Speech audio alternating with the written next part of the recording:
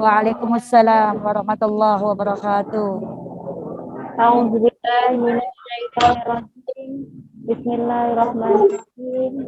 Innal hamdalillah nahmaduhu wa nasta'inuhu wa nastaghfiruh wa na'udzu billahi min shururi anfusina wa min sayyiati a'malina.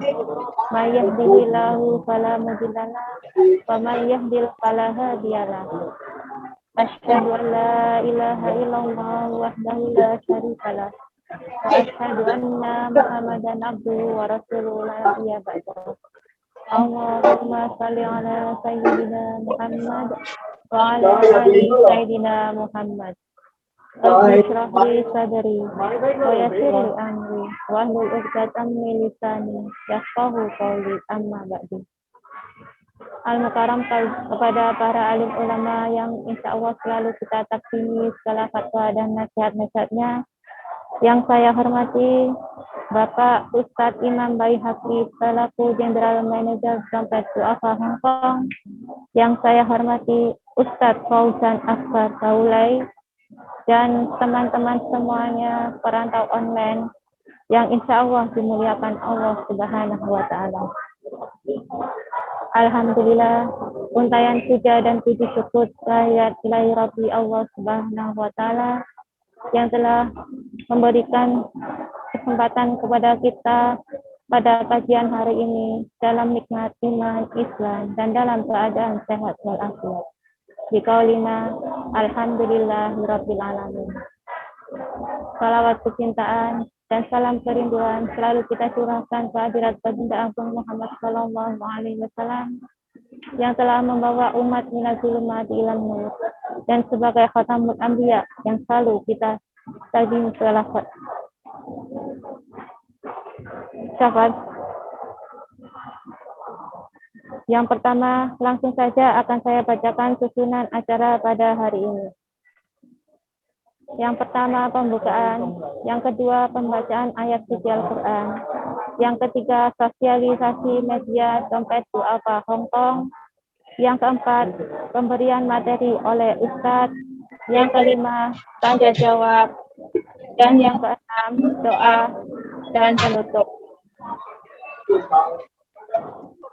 Marilah acara yang pertama kita buka dengan bacaan Ummul Quran dengan harapan semoga acara ini nanti bisa berjalan dengan lancar, mendapat berkat dari Allah Subhanahu wa Ta'ala dan mendapat syafaat dari Rasulullah sallallahu alaihi wasallam. Ila hadratin Nabi Mustafa Muhammadin sallallahu alaihi wasallam. Syai'ul Fatihah.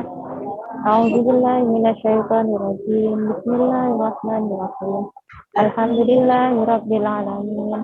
Arrahmanirrahim. Maliki yaumiddin. Iyyaka na'budu wa iyyaka nasta'in. Ihdinas siratal mustaqim. Siratal ladzina an'amta 'alaihim ghairil maghdubi 'alaihim waladdallin. Amin. Memasuki acara yang kedua yaitu pembacaan ayat-ayat suci Al-Quran yang akan dibacakan oleh Ibunda Siti Aminah. Kepada Ibunda Siti Aminah dipersilakan.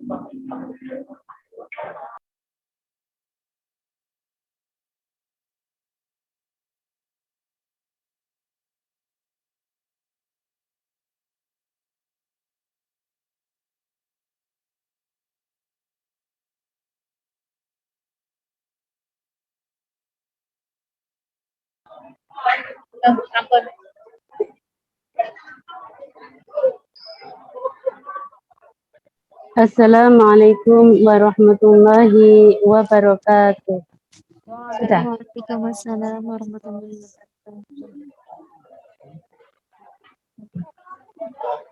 A'udzu billahi minasy syaithanir rajim.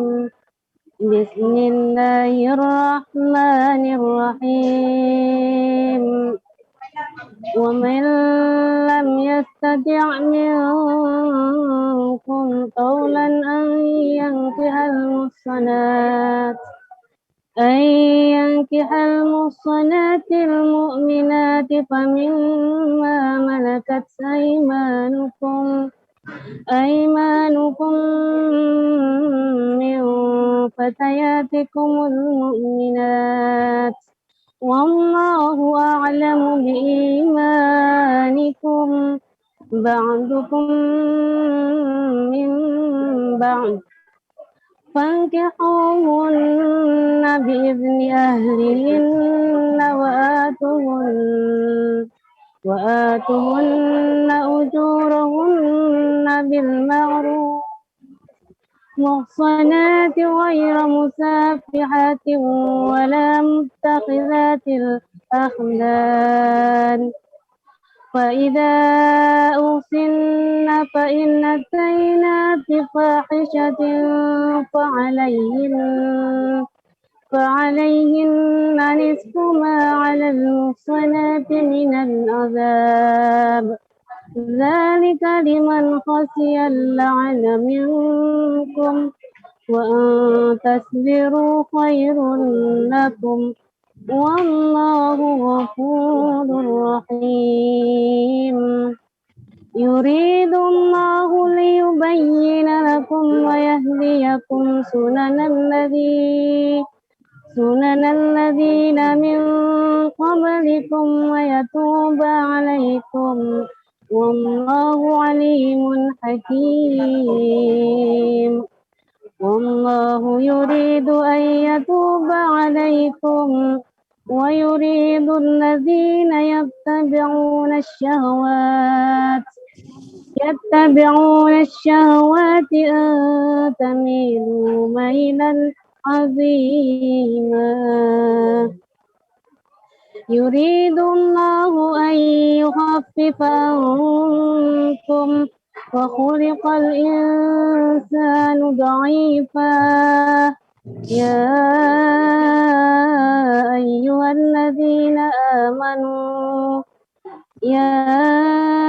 أيها الذين آمنوا لا تأكلوا أموالكم بينكم بالباطل إلا أن تكون تجارة عن تراض ومنكم ولا تقتلوا أنفسكم إن الله كان بكم رحيما ومن يفعل ذلك عدوانا وظلما فسوف نصله نارا وكان ذلك على الله يسيرا إن تجتنبوا كبائر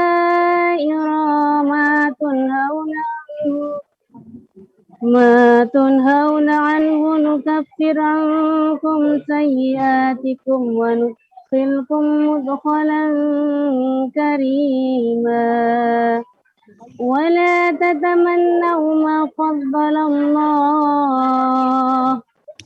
ولا تتمنوا ما فضل الله به بعضكم على بعض للرجال نصيب مما اكتسبوا وللنساء نصيب مما اكتسبن واسألوا الله من فضله إن الله كان بكل شيء عليما ولكل جعلنا موالي مما ترك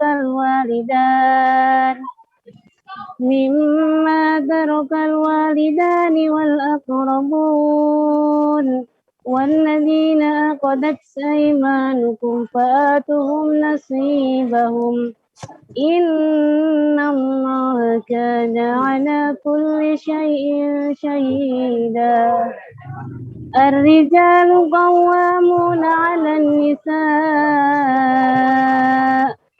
قوامون على النساء بما فضل الله بعضهم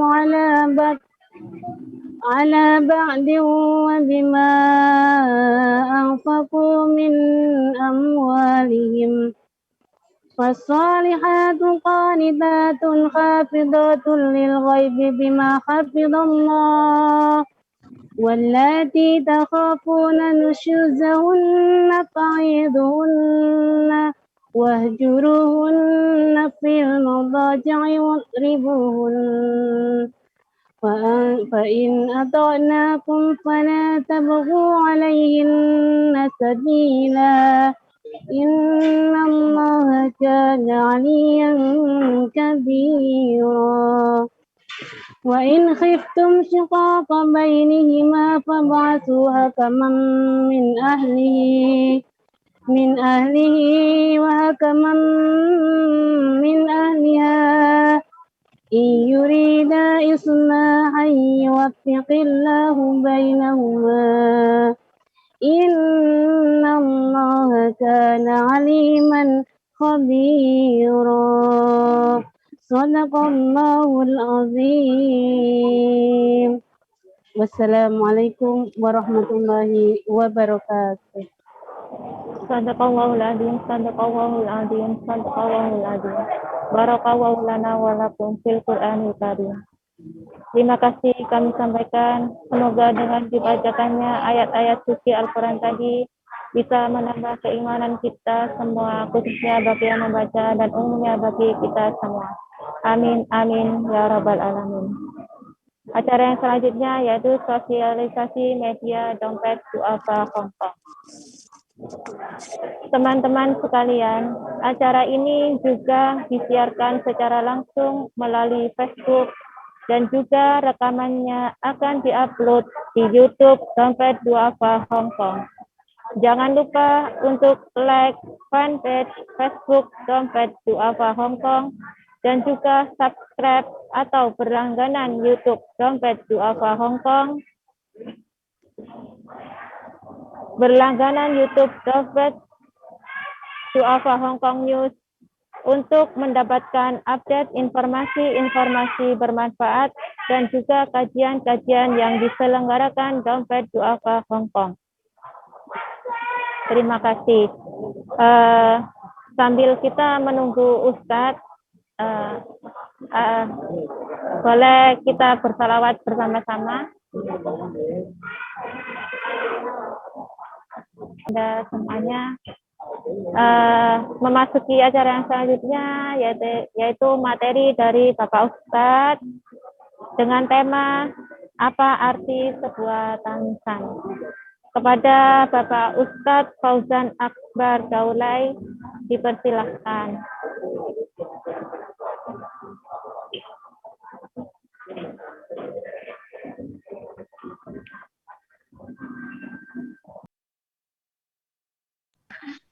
Assalamualaikum warahmatullahi taala wabarakatuh. Waalaikumsalam warahmatullahi wabarakatuh, Bapak Ustaz. Alhamdulillah. Alhamdulillahilladzi ja'ala fis sama'i burujan wa ja'ala fiha sirajan wa qamaran munira. Asyhadu an la ilaha illallah wahdahu la syarika lah wa asyhadu anna sayyidana Muhammadan 'abduhu wa rasuluhu la nabiyya ba'dah. Allahumma salli wa sallim ala sayyidina wa habibina wa syafi'ina Muhammad sallallahu alaihi wasallam wa ala alihi wa sahbihi ajma'in, amma ba'd.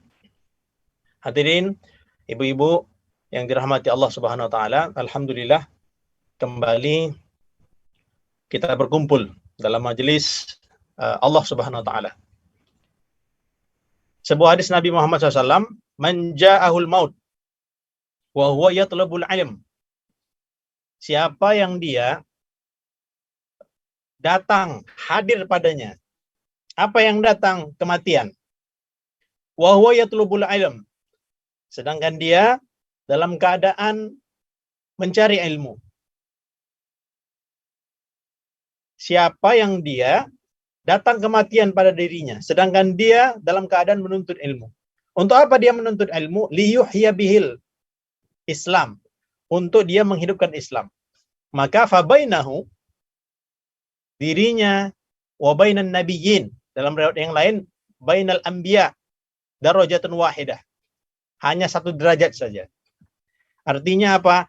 Siapa yang dia cari ilmu lillahi ta'ala, berusaha untuk ketika dapat ilmu nanti dia akan berusaha mengamalkannya dan dia berusaha untuk menyampaikannya, maka dia dengan Nabi itu hanya 1 derajat saja.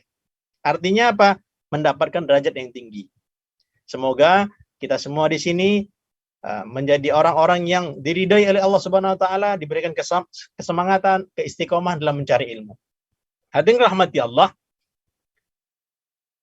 seorang pujangga Inggris, seorang aktor juga zaman dulu, William Shakespeare. Apa dikatakannya? Apalah arti sebuah nama? Apalah arti sebuah nama? Karena dia mengatakan bahwa bunga mawar itu bunga mawar, walaupun tidak dinamakan mawar, dia tetap wangi. Itu menurut William Shakespeare. Namun hadirin rahmati Allah, dalam Islam nama itu berfungsi. Nama itu berarti, nama itu sebuah doa. Maka hadirin rahmati Allah, kajian kita pada petang hari ini adalah mengenai tangisan. Dalam bahasa Arabnya buka. Apakah arti sebuah tangisan? Hadirin rahmati Allah, ini kita menurut bahasa Indonesia dulu, KBBI, Kamus Besar Bahasa Indonesia. Tangisan itu apa? Ungkapan perasaan sedih, kecewa, menyesal, dan sebagainya. Nah, ini kalau menurut bahasa Indonesia seperti ini. Nah, kita merujuk kepada kajian para ulama. Apakah tangisan itu? Syekh Ihsan bin Muhammad Al-Utaibi, beliau mengatakan, al-buka, ini lafaznya kita baca sama-sama, al-buka fitratun basyariyah. Tangisan itu apa? Itu adalah fitrahnya manusia. Kadang senang, kadang sedih. Itu fitrahnya manusia seperti itu. Kama dzakara ahlu tafsir, sebagaimana yang disebutkan oleh ahli tafsir. Faqad qala al-Qurtubi. Imam Qurtubi beliau mengatakan, Qurtubi ini adalah nama tempat. Di mana tempatnya? Tempatnya adalah di Spanyol. Jadi namanya sekarang adalah Cordova. Jadi dulu memang banyak ulama-ulama Islam yang lahirnya dari Spanyol. Ulama hebat itu bukan hanya daripada Timur Tengah saja, bukan hanya dari Arab saja. Nah, ini Spanyol itu adalah Eropa.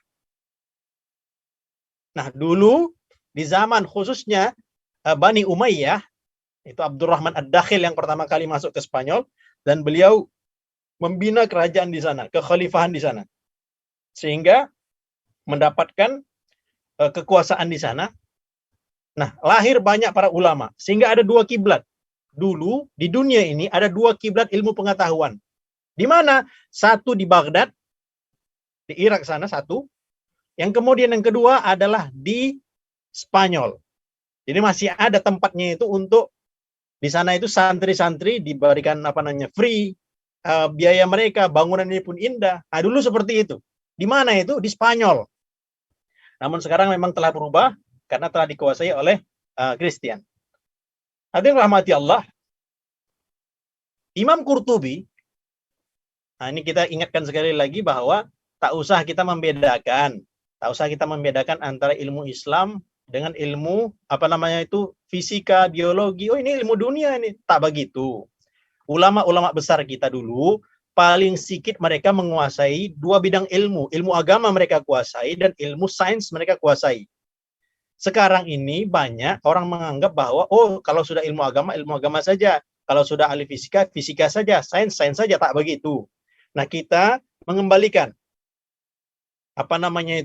kejayaan Islam. Kita pondokkan anak kita, silakan untuk menghafalkan Al-Quran di pondok-pondok tradisional ataupun salafiyah. Nah, silakan. Namun tetap nanti ada usaha kita untuk mengembangkan keislaman kita. Sehingga dia hafiz Al-Quran, dia ahli teknologi juga.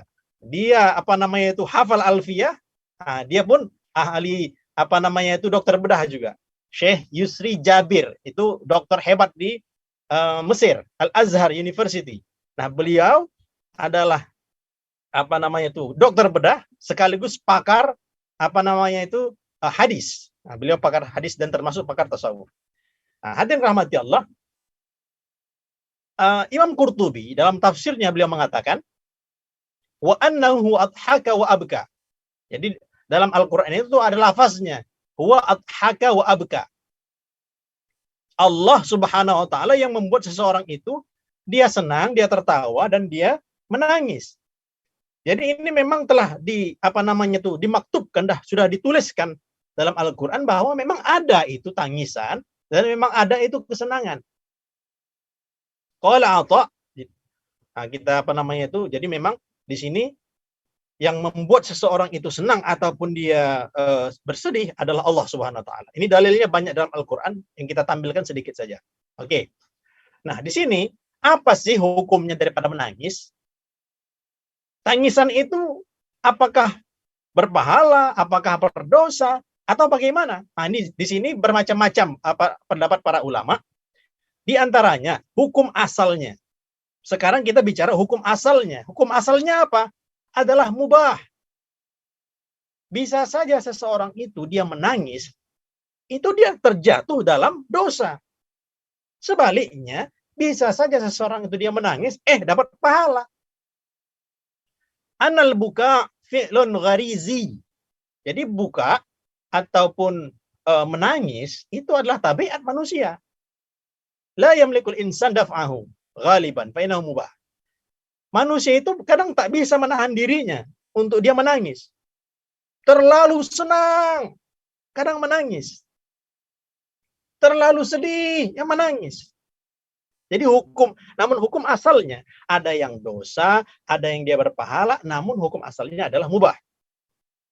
Innallaha, ada sebuah hadis, innallaha la yu'adzibu bidam'il 'ain wala bihuznil qalb, walakin yu'adzib bihadza wa asyar ila lisani. Jadi orang itu ada yang dia diberikan pahala oleh Allah Subhanahu wa taala sebab tangisannya.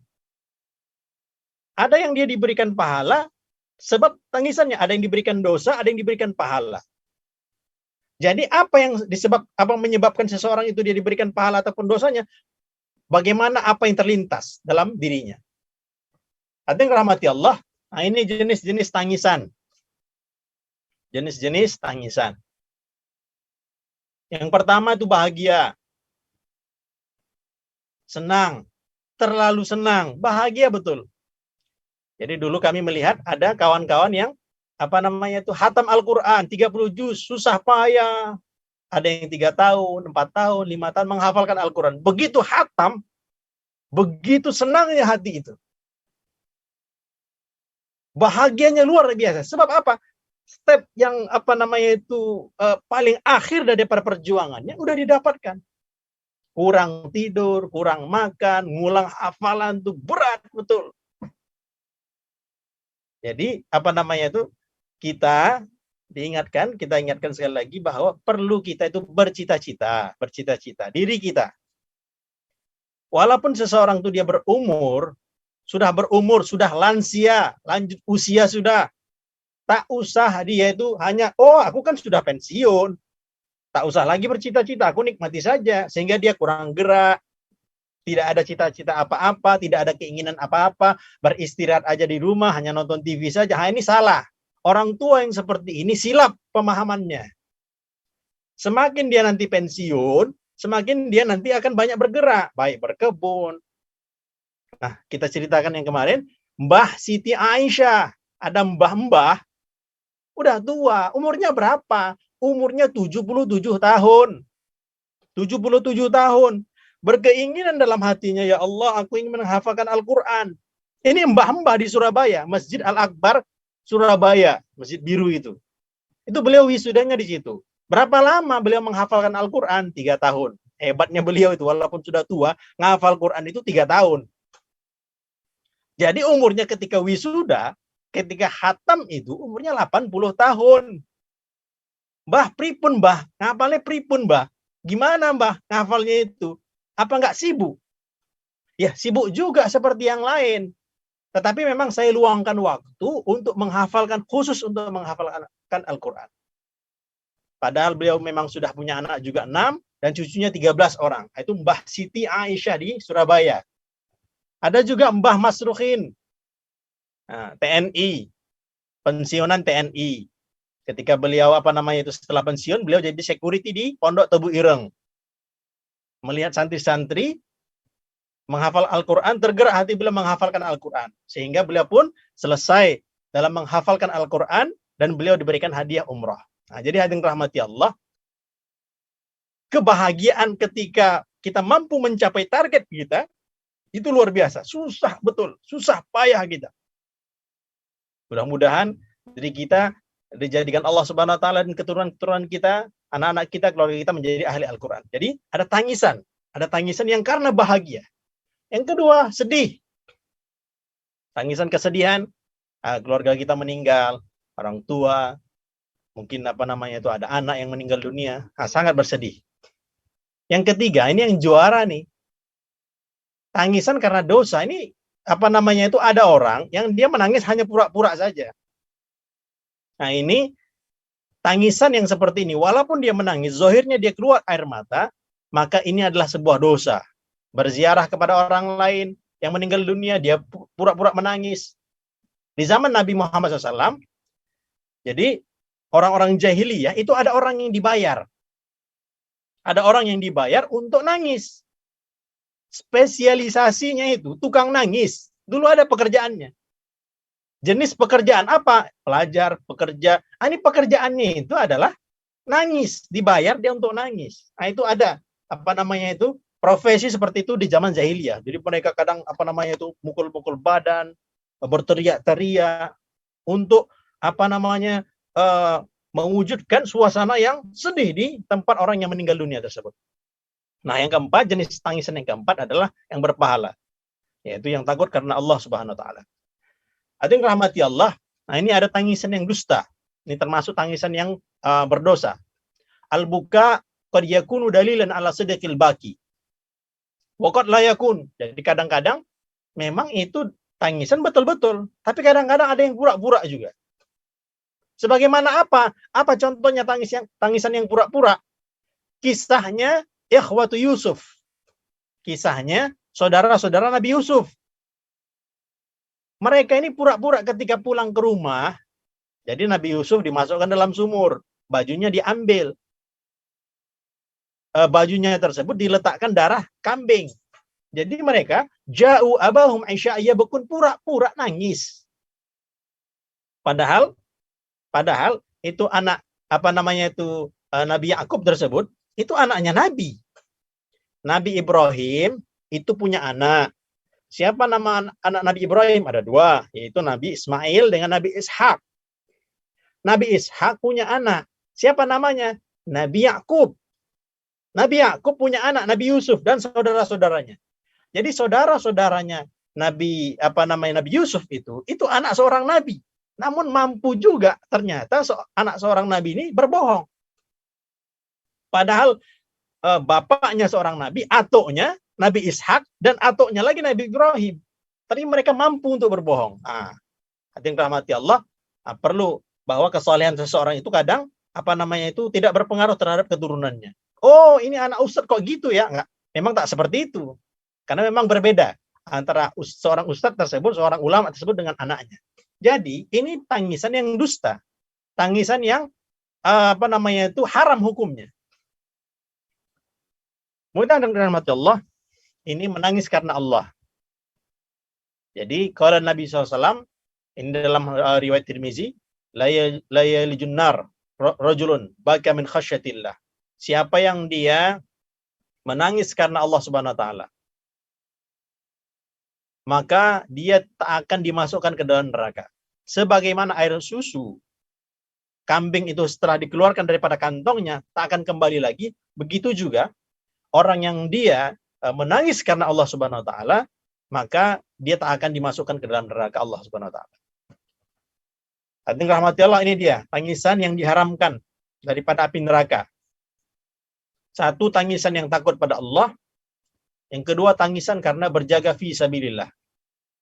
Jadi ada orang yang dia menjaga di perbatasan, sebagaimana memang kalaulah memang betul-betul TNI kita petugas untuk menjaga perbatasan di perbatasan, misalnya perbatasan Malaysia ataupun perbatasan di lautan ataupun di daratan. Nah, ini termasuk mereka fisabilillah juga. Jadi kalau mereka betul-betul menjaga dan menjaga amalan-amalannya, maka termasuk fisabilillah. Hadirin rahmati Allah, ini ada tangisan para nabi.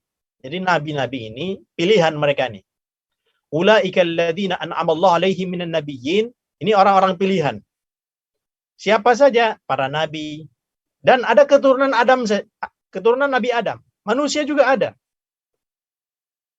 Anaknya Nabi Nuh, Nabi Nuh dan keluarganya Nabi Ibrahim, Israel, Nabi Yakub. Dan ada orang-orang pilihan yang dia ketika menangis, itu tuh tangisannya itu diganjar, diberikan pahala oleh Allah Subhanahu wa taala.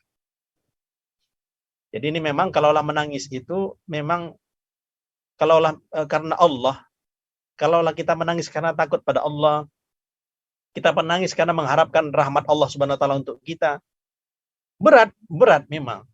Namun ketika hati itu bersih, seseorang itu hatinya bersih, kemudahan dalam menangis itu diberikan oleh Allah Subhanahu wa taala. Maka mudah-mudahan hadirin rahmati Allah, kita diberikan kemudahan untuk selalu takut pada Allah Subhanahu wa taala. Nah, di sini dijelaskan juga bahwa ada tangisan Rasulullah. Jadi Nabi ini pun beliau menangis. Nabi itu maksum. Nabi itu tak berbuat dosa. Kalau ada pertanyaan, apakah Nabi pernah berbuat dosa, berbuat kesalahan? Bagi para nabi, itu bagi mereka, walaupun secara zahirnya mereka melakukan kesalahan, tapi itu tidak dinamakan kesalahan. Nabi Adam alaihi salatu wassalam, beliau dari surga, kemudian diturunkan ke dunia, ke bumi. Oh, itu kan salah Nabi Adam, karena memakan buah yang sering disebut orang sebagai namanya buah khuldi, padahal bukan buah khuldi, tak ada namanya. Tak disebutkan nama aslinya itu apa buah khuldi, tapi banyak yang menyebutkan karena buah keabadian. Ini buah kalau kamu makan wahai Adam, nanti kamu akan abadi di surga, kata setan iblis. Dimakan Nabi Adam. Sehingga ada yang mengatakan jadi jakun, tak begitu. Jadi memang skenario Allah Ta'ala. Sebetulnya Nabi Adam turun ke dunia, itu skenario Allah Ta'ala untuk dijadikan khalifah. Falam najid lahu azma. Dalam ayat Al-Quran, Allah SWT berfirman, kami tak menemukan keinginan dalam diri Adam. Jadi itu tidak dinamakan dosa. Nabi Muhammad SAW abasa wa tawalla.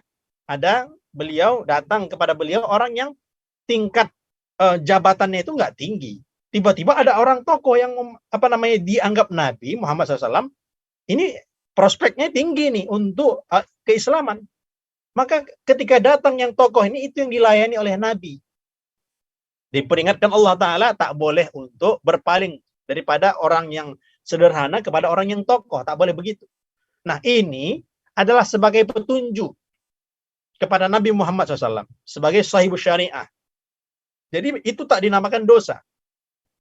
Maka yang rahmati Allah, Nabi Muhammad SAW, beliau pun menangis. Ini kita baca hadisnya daripada Ibnu Mas'ud radhiyallahu an, qala lin Nabi Muhammad SAW.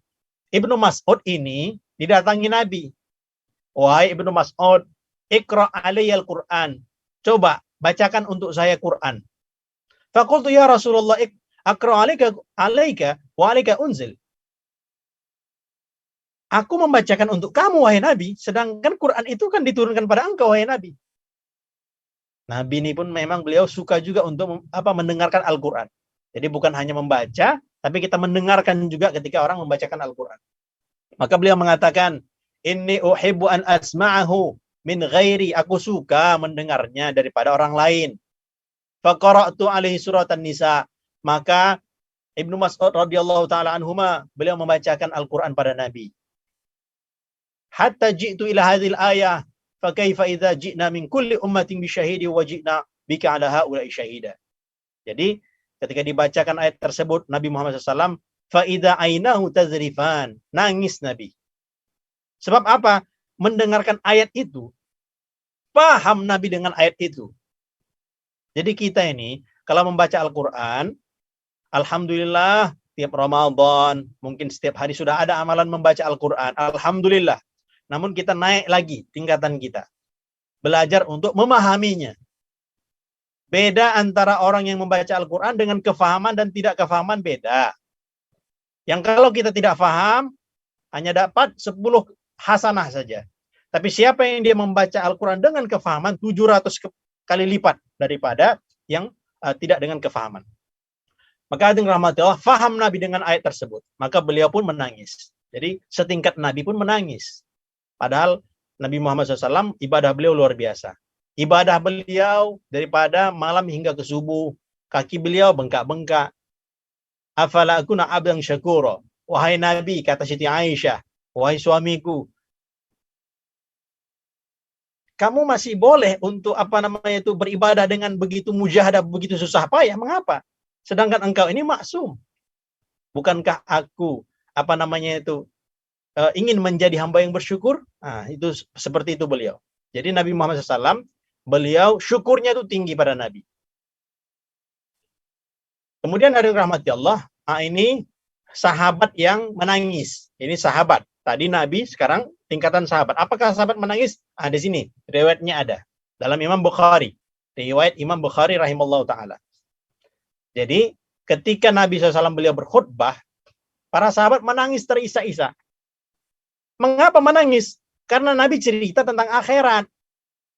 Lau ta'lamuna ma a'lam la dhahiktum qalila wa la bakaitum katsira. Kamu kalau tahu apa yang aku ketahui tentang surga, tentang neraka, kamu akan tertawanya akan sedikit, nangis kamu akan banyak. Itu para sahabat, wajah mereka nunduk.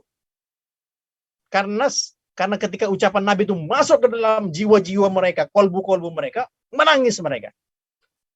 Nah, dan tangisan tersebut lahum khanin. Ada khaninnya, lafaz tersebut. Khanin itu apa? Al-buka ma'agunnah. Tinggi, agak tinggi. Jadi nangisnya itu dengan begitu meraung. Sahabat itu sambil nunduk. Makanya hadirin rahmati Allah, kalaulah tahu kita nih, pahala akhirat itu ditunjukkan. Siapa yang dia sholat sunnah sebelum subuh, sholat 2 rakaat sunnah sebelum subuh, maka fadilahnya akan lebih baik daripada dunia dan seisinya. Terkejut kita, terkejut. Hati kita ini pecah. Kenapa? Besar betul daripada pahala yang Allah berikan kepada orang yang melaksanakan sholat sunnah sebelum subuh. Qobliyah subuh. Kalaulah diketahui pahalanya orang yang menuntut ilmu, niscaya orang-orang akan berperang. Yang punya toko akan meninggalkan toko, yang punya pemerintahan akan meninggalkan kepemerintahannya. Sebab apa? Pahalanya menuntut ilmu itu luar biasa. Jadi hadirin rahmati Allah, itu disebutkan para sahabat seperti itu. Mereka menangis karena Allah Subhanahu wa taala, takut. Jadi kemudian ini ada sebab-sebab di antaranya. Jadi ada banyak sebab sebetulnya untuk kenapa seseorang itu dia tidak menangis. Nah, ini yang pertama, banyak berkalam yang tidak manfaat. Min husni islamil mar'i tarkuhu ma la ya'nih. Atau kama qala Rasulullah SAW. Min husni islamil mar'i. Di antara daripada baiknya seseorang itu adalah dia tarkuhu ma la ya'nih, meninggalkan yang tidak bermanfaat. Nah, ini banyak bercakap, banyak berkalam, banyak berbicara yang tidak manfaat. Nah, ini termasuk membuat sulit untuk menangis. Di Banten ada pondok. Pondoknya Abuya Munfasir. Sering disebut Munfasir ataupun Mufassir di Banten. Hafizahullah, mudah-mudahan beliau dijaga Allah Subhanahu wa taala.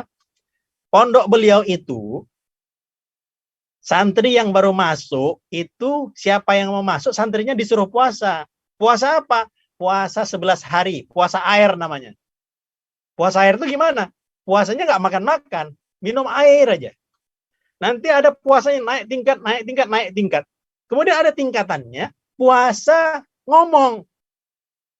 Puasa ngomong ini gimana? Puasa nggak ngomong-ngomong. Jadi kalau kita tanya nanti santri-santri di sana, dia seperti orang bisu, ditanya kok nggak jawab. Itu dia lagi puasa. Puasa ngomong. Dia nggak boleh ngomong. Loh, kenapa disuruh santri itu seperti itu? Mereka berpuasa, mereka berlatih untuk ketika berbicara itu hanya manfaat saja. Latihannya puasa dulu. Supaya bisa untuk mengontrol lisan. Kadang lisan ini nggak terkontrol, ember, semua dicakapkan, keluar aja. Apa yang didengar keluar, padahal nggak ngerti kita. Apakah informasi itu betul ataupun tidak? Nah, ini mulutnya ember saja, keluar semuanya. Kata begitu. Nah, di situ dilatih supaya omongan itu betul-betul dijaga. Latihan mereka itu sampai dipuasakan. Nah, jadi hadirin rahmati Allah, tidak ada yang keluar daripada lisan kita kecuali yang bermanfaat. Maka tidak akan keluar daripada lisannya kecuali informasi yang dimasukkan dalam otaknya, dalam pikirannya itu betul-betul terjaga. Kalau yang dibacanya, kita mesti ingat, apa yang keluar daripada lisan kita itu adalah berasal daripada apa yang kita lihat dan apa yang kita dengar. Kita baca berita di WhatsApp. Belum jelas nih beritanya. Udah kita share. Kita belum jelas ini apakah betul nggak dia melakukan kesalahan? Belum jelas lagi. Dan kita dapatkan sumber informasinya itu kadang orangnya istilahnya tidak sikoh dalam ilmu hadis itu. Tidak betul nih orangnya. Banyak media-media sekarang yang hanya framing saja. Orang ini sebetulnya nggak selingkuh, tapi di framing selingkuh deh. Kadang seperti itu. Jadi berita itu ketika masuk, jangan kita suuzon dulu, tak boleh begitu. Ketika ada datang berita, pertama husnuzon dulu. Betul tidak? Apa namanya itu kita cek beritanya. Dan jangan disebarkan kecuali berdasarkan faktanya ilmiah. Nah, seperti itu. Jadi kemudian yang kedua, ini yang menyebabkan hati keras juga, adalah banyaknya kesalahan. Banyak dosa nih. Jadi banyak dosa. Jadi mesti kita perhatikan tadi. Apa yang kita pandang, apa yang kita omongkan, itu semua sebagai sumber-sumber fitnah, sebagai sumber-sumber dosa. Hadirin rahmati Allah. Kemudian, ini dia. Bagaimana sih supaya melembutkan hati? Ini banyak cara untuk melembutkan hati. Tetapi yang utama-utama ini kita pelajari. Yang pertama, kenal Allah Ta'ala. Belajar kita mengenali Allah Ta'ala. Tahu kita tuh siapa Allah Ta'ala. Ya, Allah kan Tuhan kita. Iya, Tuhan kita. Saya kan Islam, berarti kan Tuhan saya Islam. Iya. Tetapi apakah cukup itu saja? Tidak. Kita mesti kenal siapa Tuhan kita. Bagaimana sifatnya, bagaimana af'alnya. Kita kenal, kita segan nih dengan orang. Kenapa kita segan dengan orang? Bapak itu gubernur. Orang itu soleh betul, hafal Al-Quran. Mang Oden, wali kota Bandung. Ternyata beliau hafiz Al-Quran. Ada wali kota, penghafal Al-Quran. Keluarganya hafal Quran semua. Kan kita salut seperti ini. Ada wali kota penghafal Al-Quran. Keluarganya hafal Quran semua. Menantunya orang Yaman, penghafal Al-Quran. Nah, kalau kita jumpa dengan orang seperti ini, kan segan kita. Sebab apa? Karena kita kenal siapa dia. Kita kenal siapa yang kita hadapi. Maka dengan rahmati Allah, kalaulah seseorang itu ma'rifat, kenal dengan Allah Ta'ala, niscaya dia tak akan suka-suka ketika di muka bumi Allah Subhanahu Wa Ta'ala. Ini kita belajar semua. Termasuk saya yang menyampaikan. Ini belajar kita supaya sedikit demi sedikit kita pelajari. Ngaji-ngaji kecil dulu, wujud kidam baqa mukhalafatul hawadits. Itu kajian-kajian mengenai mengenal Allah Subhanahu wa taala. Kemudian yang kedua, kita baca Al-Qur'an dengan tadabbur. Kalau baca Quran itu dipikir-pikir, diresapi apa maknanya. Lama kita sudah membaca Al-Qur'an. Maka kalau boleh, naik lagi tingkatan kita. Biasanya kita mengaji target 1 juz. Biasanya kita mengaji target, aku setengah juz, target 1 lembar. Sekarang ini kita memasuki tahapan. Bagaimana tahu kita informasi apa yang dimaui. Apa yang diinginkan Allah Subhanahu Wa Ta'ala dalam Al-Quran itu. Sebab Al-Quran adalah guide kita. Sebab Al-Quran adalah driver untuk dalam kehidupan kita ini. Penunjuk jalan kita. Maka berusaha ini surat cinta daripada Allah untuk kita. Allah itu sifatnya sayang. Yad'u ila daris salam. Allah ngajak kita ke surga. Dengan apa? Ini bukunya ada. Kamu baca ini. Kalau kamu nggak baca, nggak kamu resapi, nggak tahu kamu apa maksud daripada kalamullah ini, gawat, danger ini, bahaya. Maka baca sedikit-sedikit. Kita baca sedikit demi sedikit. Dengan tadabbur. Nah, kita yang mampu nanti ada kemungkinan mudah nanti mungkin kita coba beli buku tafsirnya sedikit demi sedikit. Kemudian hadirin rahmati Allah, doakan orang lain. Ya, doakan orang lain tuh bisa buat hati lembut. Iya. Ada orang yang kita benci nih, hati kita dongkol. Hati kita nih gak enak betul dengan dia. Zolimnya luar biasa. Dia tuh zolim dengan kita. Dalam hati kita kok bisa untuk mendoakan kebaikan untuk dia. Abu Lahab itu paman Nabi. Hari-hari mencaci Nabi. Rumahnya di depan Nabi. Tapi Nabi selalu doa, ya Allah berikan hidayah, berikan hidayah, berikan hidayah. Hari-hari Nabi SAW doa untuk orang yang selalu zalim pada Nabi. Nah, mendoakan orang yang dia berbuat kesalahan kepada kita. Oh, berat itu. Ya Allah, dia menzalimi aku. Berikanlah hidayah padanya, ya Allah.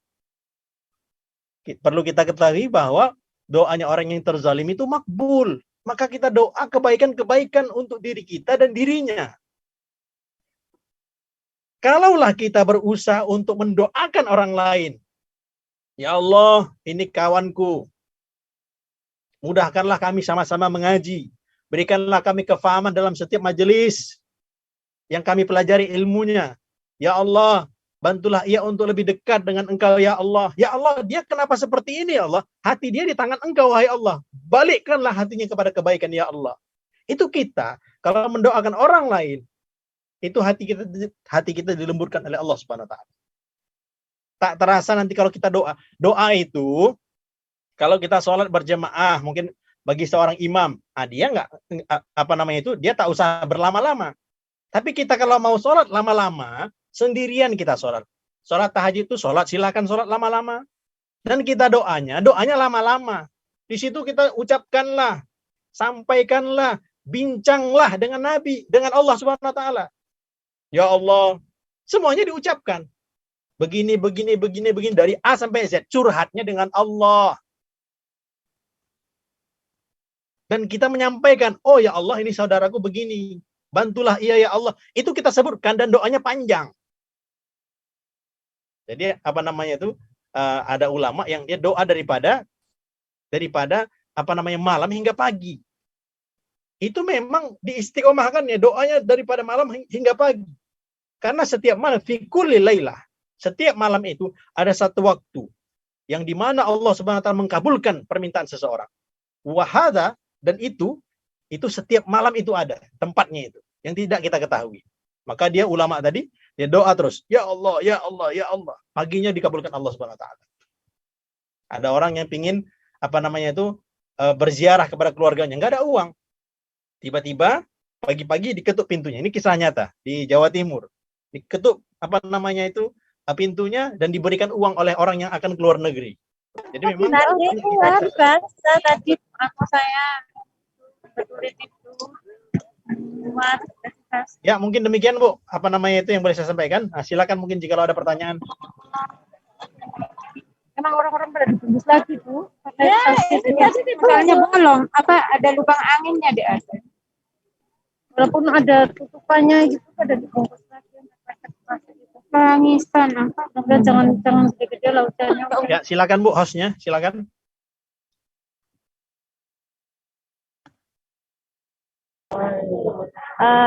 Terima kasih Bapak Ustadz. Silakan kepada jamaah kalau ingin bertanya.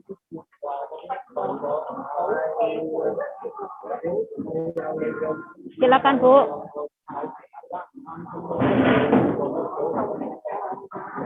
Yang ingin bertanya.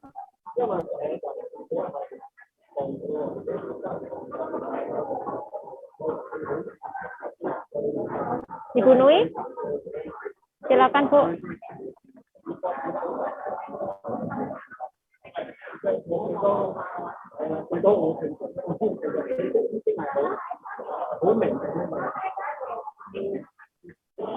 Ibu Nui. Assalamualaikum Ustaz. Ya, silakan Bu. Monggo Bu. Izinkan bertanya nggih Ustaz, bagaimana hukumnya menangis ketika kita merindukan almarhum orang tua yang sudah tidak ada. Kadang kita saat berdoa teringat beliau ketika masa hidupnya itu bisa mengalir sendiri air mata itu Ustaz. Ya. Itu termasuk yang bagaimana? Terima kasih Ustaz. Ya. Jadi tadi tangisan hukum awalnya asalnya adalah mubah saja. Jadi memang fitrah, Bu. Fitrah kalau kita teringat dengan orang tua, teringat dengan keluarga, teringat dengan apa namanya itu kesalahan-kesalahan yang lalu, itu merupakan fitrah. Nah, ini termasuk kalau doa apa namanya itu kesedihan-kesedihan seperti itu termasuk pahala ataupun termasuk yang mungkin berpotensi kepada keharaman. Nah, kita lihat kepada hati kita bagaimana. Jadi, hukum asalnya mubah saja. Namun tangisan tersebut itu kita ubah. Ya Allah, jadikanlah tangisanku ini tidak sia-sia belaka. Tidak hanya sia-sia begitu saja. Jadikanlah ya Allah setiap tangisanku meringankan daripada azab azab yang mungkin Engkau berikan kepada mereka. Jadikanlah tangisanku ya Allah kesedihanku, kerinduanku. Jadi ini ibu-ibu ya, ada orang yang dia meninggal karena dia menahan dirinya daripada berbuat maksiat. Ada seorang pemuda yang dia sangat rindu karena dia terlihat wanita tersebut dan sangat-sangat cinta timbul dalam kolbunya, hatinya. Tapi dia memahami syariat Allah Ta'ala. Aku tak mau berbuat dosa. Aku tak mau melanggar syariat Allah Subhanahu Wa Ta'ala.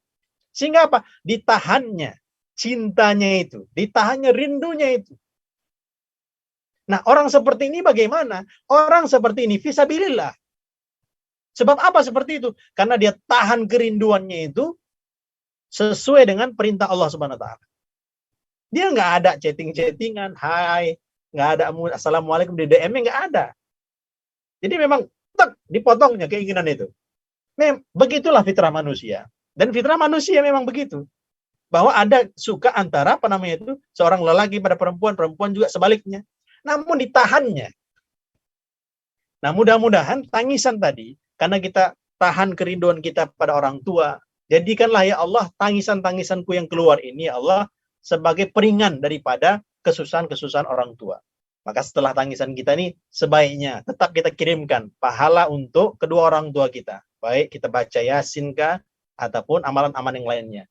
Nah, dianjurkan betul kalau memang ada kemampuan silakan berwakaf. Itu yang terbaik. Wakaf itu terus mengalir. Siapa yang dia berwakaf, pahalanya terus mengalir sampai akhirat. Sudah diputuskan oleh pemerintah kita, boleh. MUI kita juga boleh untuk berwakaf dengan uang. Silakan nanti berwakaf dengan uang. Ada duit, ada uang 50.000, kirim. Itu nanti niatkan, ya Allah untuk bata pesantren. Beli batu bata 50.000. Hanya mungkin dapat 10 batu bata. Itu walaupun 10 batu bata itu dibangunkan mungkin jadi pesantren, jadi rumah sakit Islam dan sebagainya, manfaatnya terus mengalir. Ini kuniatkan ya Allah untuk kedua orang tua. Maka yang seperti itu mengalir pahalanya terus untuk si mayit tadi. Ya, silakan Bu. Baik, terima kasih Ustaz. Barakallah.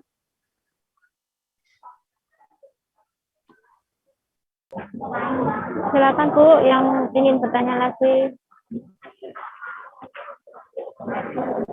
Kita kan on. On. Aku tunggu di sini.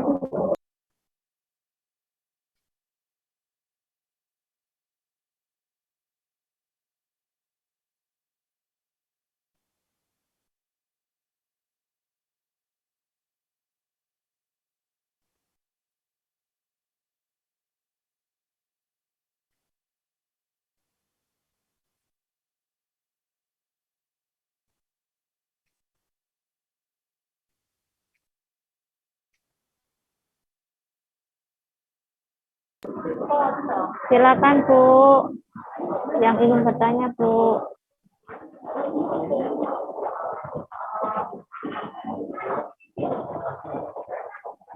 Mbak Nurul Hidayah, monggo silakan. Baik, terima kasih Mbak Eni atas waktunya. Bisa didengar ya suara saya jelas ya? Bisa. Begini Bapak Ustadz, saya ingin bertanya perbedaan antara wakaf dengan sedekah itu apa ya? Terima kasih Bapak atas jawabannya. Terima kasih. Ya, wakaf dengan sedekah. Kalau sedekah itu lafaznya umum, masih umum. Sedekah itu lafaznya umum masih. Nah, sedekah itu ada dia bisa bermakna zakat. Sedekah itu bisa bermakna infak juga. Jadi lafaznya masih umum. Intinya sesuatu harta yang dikeluarkan untuk kepentingan orang lain sesuai dengan syariat itu adalah sedekah. Sedekah itu umum dia. Namun kalau wakaf, dia khusus lagi. Apa itu wakaf? Wakaf, harta yang dikeluarkan seseorang, bentuknya itu adalah paten. Bentuknya itu adalah seperti batu bata tadi, ataupun dia buat masjid, dia buat sekolah, dia buat sekarang itu wakaf itu bukan hanya berupa, kan biasanya 3 saja, 3M, masjid, madrasah, makbarah, kuburan. Biasanya orang wakaf ini saja. Nah, sekarang kita di dunia modern ini mesti meningkat. Wakaf itu yang dia berbentuk paten begitu, itu wakafnya mesti produktif. Mesti ada cita-cita, walaupun kita sekarang berada di Hong Kong. Mesti ada cita-cita, ya Allah aku ingin jadi pengusaha, misalnya. Ya Allah aku ingin berwakaf. Wakafku apa? Pom bensin. Aku mau buat pom bensin, SPBU, untuk jual minyak itu aku wakafkan, hasilnya itu adalah untuk kepentingan Islam. Aku mau buat ya Allah perusahaan. Perusahaan apa? Perusahaan karet misalnya. Perusahaan apa? Plastik. Hasilnya itu ku wakafkan untuk Islam. Sebagaimana yang dibuat oleh Sayyidina Utsman, hotel sekarang itu. Dibuat hotel, beliau punya tanah, dibuat hotel. Nah, hotelnya itu tiap tahun kan ada orang haji, orang umroh. Nah, itu diserahkan untuk kepentingan umat Islam. Jadi, dia wakaf itu bentuknya khusus. Dan dia berbentuk tetap. Jadi nggak berubah-berubah. Ada juga wakaf mobil. Mobil saya wakafkan lillahi ta'ala. Nah, jadi bukan berupa yang dia hilang, mudah hilang. Nah, tak begitu. Makanan nggak bisa untuk diwakafkan. Jadi makanan itu bisa sebagai hadiah, ataupun istilah lafaz kita seperti biasa sedekah. Nah, jadi kalau wakaf dia berbentuk barangnya itu istilahnya padat begitu. Dan dia bertahan lama. Nah, itu wakaf. Ya, demikian.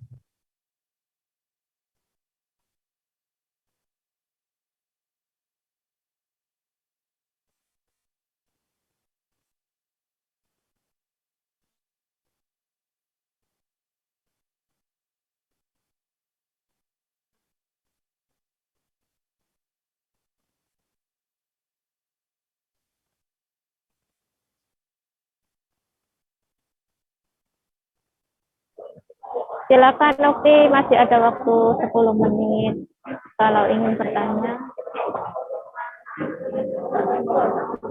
Monggo.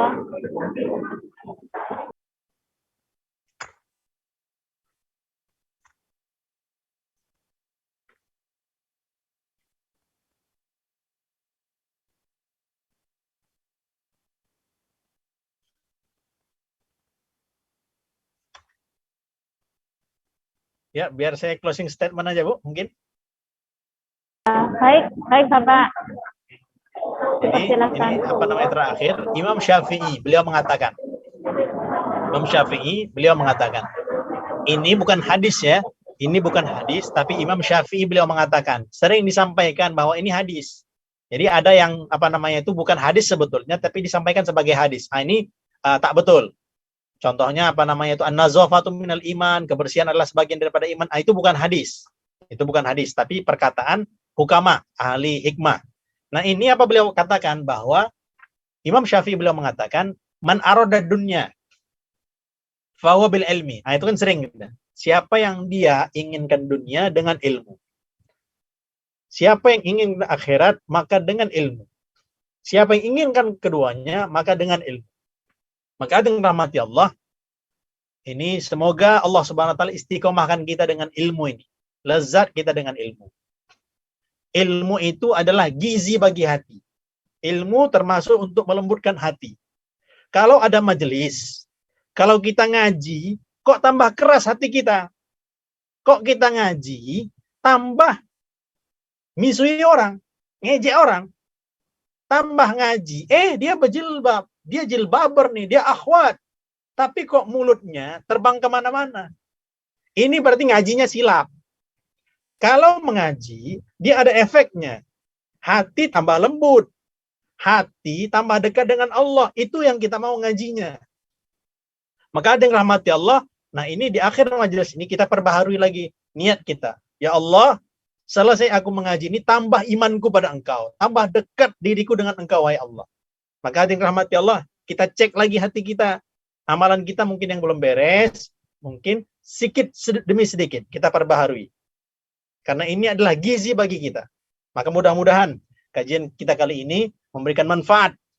Ulama dahulu beliau baca doa. Alhamdulillahilladzi at'amani hadza wa razaqanihi min ghairi haulin minni wala quwwah.